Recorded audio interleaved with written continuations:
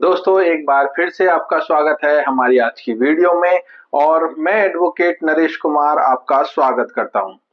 दोस्तों, आज की इस वीडियो में हम एक बात करने वाले हैं एक बहुत ही महत्वपूर्ण और हाल ही में चर्चा में आए एक केस के बारे में, जिसमें दहेज मृत्यु यानी कि डॉरी डेथ के मामले में पटना हाई कोर्ट के द्वारा दी गई जमानत को सुप्रीम कोर्ट ने बड़ी सख्ती से क्रिटिसाइज किया। और यह मामला सिर्फ एक व्यक्ति की बेल तक ही सीमित नहीं है, बल्कि यह पूरे न्यायिक सिस्टम के लिए एक बहुत बड़ा संदेश देता है कि ऐसे गंभीर अपराधों में कोर्ट को किस तरीके से न्याय देते समय सावधानी बरतनी चाहिए। तो चलिए दोस्तों, बिल्कुल आसान भाषा में इस पूरे केस के फैक्ट को समझते हैं कि ये पूरा केस क्या था और इसके पूरे फैक्ट क्या थे। तो एक्चुअल में सितंबर 2024 में पटना में शादी के करीब 1.5 साल के बाद ही एक महिला की संदिग्ध हालत में मृत्यु हो जाती है। और जो पीड़िता की मां ने दहेज के लिए हत्या और प्रताड़ना का आरोप लगाते हुए दहेज का मामला रिपोर्ट एफआईआर दर्ज कराई। और एक मेडिकल रिपोर्ट में मृतिका के शरीर पर गंभीर चोटें दिखाई दी और सिर में फ्रैक्चर, ब्रेन हेमरेज जैसी काफी सारी चीजों को उसकी मेडिकल रिपोर्ट में दिखाया गया। यानी कि जो महिला के परिवार वालों का ये आरोप था कि उसे लगातार दहेज के लिए प्रताड़ित किया जा रहा था और आखिरकार उसी प्रताड़ना के चलते हुए उसकी मौत हो गई। इस तरह के मामलों में भारतीय कानून में बहुत ही गंभीर जो सेक्शंस हैं, इसके लिए काफी गंभीर सेक्शन भारतीय कानून में दिए गए हैं। और भारतीय दंड संहिता की धारा 304 बी यानी कि डॉरी डेथ का मामला इसमें लगाया गया और इसमें सजा जो है काफी सख्त होती है। अब इस केस में पुलिस ने जांच की और सबूत इकट्ठा किए और आरोपी को गिरफ्तार किया गया। आरोपी पक्ष ने अदालत में जमानत की अर्जी लगाई और मामला जो है वह पटना हाई कोर्ट पहुंचता है। पटना हाई कोर्ट ने इस केस में आरोपी को बेल दे दी और अब यहीं से इस केस में विवाद शुरू होता है, क्योंकि पटना हाई कोर्ट के द्वारा इसके अंदर जो बेल दी गई, फिर ये मामला पहुंचता है हाई कोर्ट। इसी फैसले को चुनौती दी गई और मामला पहुंच जाता है ये सुप्रीम कोर्ट ऑफ इंडिया। और सुप्रीम कोर्ट के जो जस्टिस जेबी पर्दीवाला और जस्टिस विजय बिश्नोई की बेंच ने पटना हाई कोर्ट के आदेश को यांत्रिक यानी कि मैकेनिकल और पूरी तरीके से अस्थिर यानी कि होली अनस्टेबल करार दिया। यहाँ पर ये कहा गया और सुप्रीम कोर्ट ने कहा कि भाई हाई कोर्ट ने आरोपी जो पति था उसको जमानत देते समय मामले की गंभीरता और पोस्टमार्टम में जो दर्ज रिपोर्ट है जिसमें गंभीर चोटें दिखाई दे रही हैं और भारतीय साक्ष्य अधिनियम की धारा 2023 के अकॉर्डिंग इसमें जो सेक्शन लगा था 118 यानी कि डॉरी डेथ जैसे महत्वपूर्ण मामलों पर विचार नहीं किया।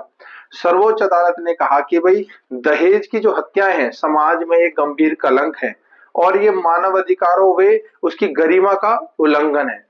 कोर्ट ने निराशा व्यक्त की और कानून होने के बावजूद दहेज की लालसा से जो महिलाओं की अप्राकृतिक तरीके से मृत्यु हो रही है उस पर आशंका जताई। हाई कोर्ट ने मुख्य रूप से इस आधार पर जमानत दी कि आरोपी को भाई 16-17 महीने एक्चुअली क्या कस्टडी में था और जो ट्रायल चल रहा था वह काफी धीमा चल रहा था, अभी तक 2 ही गवाह हो पाए थे। तो इसमें सुप्रीम कोर्ट ने कहा कि भाई ऐसे जघन्य अपराधों में केवल जेल की अवधि देखकर जमानत देना न्याय संगत नहीं है। और सुप्रीम कोर्ट ने आरोपी पति को 1 हफ्ते के भीतर सरेंडर करने का आदेश दिया और पटना हाई कोर्ट के रजिस्ट्रार जनरल को इस आदेश की कॉपी भेजने का निर्देश दिया ताकि उनके समक्ष यानी कि जो मुख्य न्यायाधीश हैं उनके समक्ष इस मामले को रखा जा सके। इसमें सुप्रीम कोर्ट ने निचली अदालतों को निर्देश दिया कि वे दहेज हत्या जैसे गंभीर मामलों में जमानत याचिकाओं पर विचार करते समय अधिक सावधानी बरतें और केवल यांत्रिक दृष्टिकोण ना अपनाएं, यानी कि बहुत सरल दृष्टिकोण ना अपनाएं और बहुत ही सावधानी से सारे फैक्ट्स को चेक करें। इसके साथ ही सुप्रीम कोर्ट ने साफ शब्दों में कहा कि दहेज मृत्यु जैसे गंभीर मामलों में इस तरीके से बेल देना बिल्कुल भी उचित नहीं है। सुप्रीम कोर्ट ने अपने इस फैसले में यह भी कहा कि डॉरी डेथ के मामलों में एक विशेष कानूनी प्रावधान होता है जिसके तहत अगर शादी के 7 साल के भीतर ही महिला की असामान्य परिस्थितियों में मौत हो जाती है तो उसके साथ दहेज को लेकर प्रताड़ना के अगर आरोप लगाए जाते हैं तो ये एक प्रजम्पशन यानी कि कानूनी धारणा बनती है कि पति या उसके परिवार वाले जिम्मेदार हो सकते हैं अगर महिला की मौत 7 साल के अंदर अंदर हो जाती है। और इसमें सुप्रीम कोर्ट ने यह भी कहा कि इस तरह के मामलों में बेल देने से पहले कोर्ट को बहुत सारी सावधानियां बरतनी चाहिए, तथ्यों को चेक करना चाहिए और सबूतों का विश्लेषण करना चाहिए। सिर्फ यह कह देना कि भाई सबूत जो है वह पर्याप्त नहीं है, ऐसे मामलों में अक्सर प्रत्यक्ष सबूत नहीं होते हैं बल्कि परिस्थितिजन्य साक्ष्य होते हैं, कोर्ट का यह कहना था। और सुप्रीम कोर्ट ने यह भी कहा कि भाई पटना हाई कोर्ट ने इस केस में उपलब्ध तथ्यों को ठीक ढंग से नहीं परखा और ठीक ढंग से उनकी जांच नहीं की। यह बहुत ही सामान्य तरीके से इसमें बेल दे दी गई जो कि न्यायिक दृष्टिकोण से सही नहीं था। और सुप्रीम कोर्ट ने अपने आदेश में यह भी स्पष्ट किया कि ऐसे मामलों में पीड़िता के परिवार की स्थिति और समाज पर पड़ने वाले जो इसके दुष्प्रभाव हैं उनको भी ध्यान में रखना बहुत जरूरी है। अगर गंभीर अपराधों में आसानी से बेल मिलती रहेगी तो इससे समाज में गलत संदेश जाएगा और कानून का जो डर है वह भी खत्म हो जाएगा। ये बहुत ही महत्वपूर्ण बातें थी जो सुप्रीम कोर्ट के द्वारा की गई। और इसके बाद सुप्रीम कोर्ट ने पटना हाई कोर्ट के आदेश को रद्द कर दिया और कहा कि भाई आरोपी को जो जमानत दी थी वह उचित नहीं थी। तो इस तरीके से हाई कोर्ट ने पटना हाई कोर्ट के द्वारा जो जमानत दी थी सुप्रीम कोर्ट ने उसको रद्द कर दिया। अब इस पूरे केस के जो फैक्ट से हमें क्या मिलता है कि कोर्ट सिर्फ न्याय की व्याख्या करना नहीं होता बल्कि न्याय में संतुलन को बनाए रखना यह भी कोर्ट का काम होता है। और खासकर दहेज मृत्यु जैसे मामलों में जहां एक महिला की जिंदगी चली जाती है वहां कोर्ट को और भी ज्यादा सतर्क होना चाहिए। और इसके साथ अब हम बात करते हैं कि इस केस के जो महत्व थे, इस केस में आपने एक्चुअल में क्या सीखा।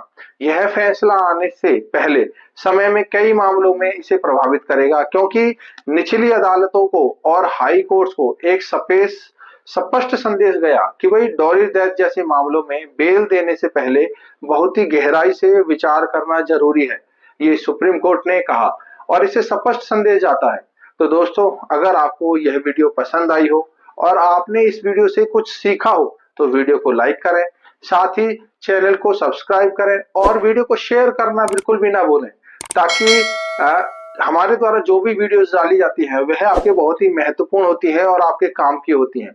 तो जो दोस्तों, जल्दी से चैनल को सब्सक्राइब कर लीजिए और साथ ही बेल आइकन दबाना ना भूलें ताकि हमारे द्वारा डाली गई कोई भी वीडियो आपसे मिस ना हो और सारी वीडियो सबसे पहले आप तक पहुंचे।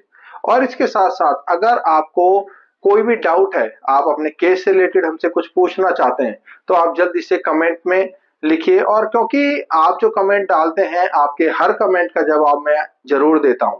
तो दोस्तों, जल्दी से चैनल को सब्सक्राइब कीजिए, वीडियो को लाइक और शेयर कीजिए और किसी भी मैटर पर अगर आपको कोई कानूनी जानकारी चाहिए तो आप जल्दी से हमें कमेंट भी करें।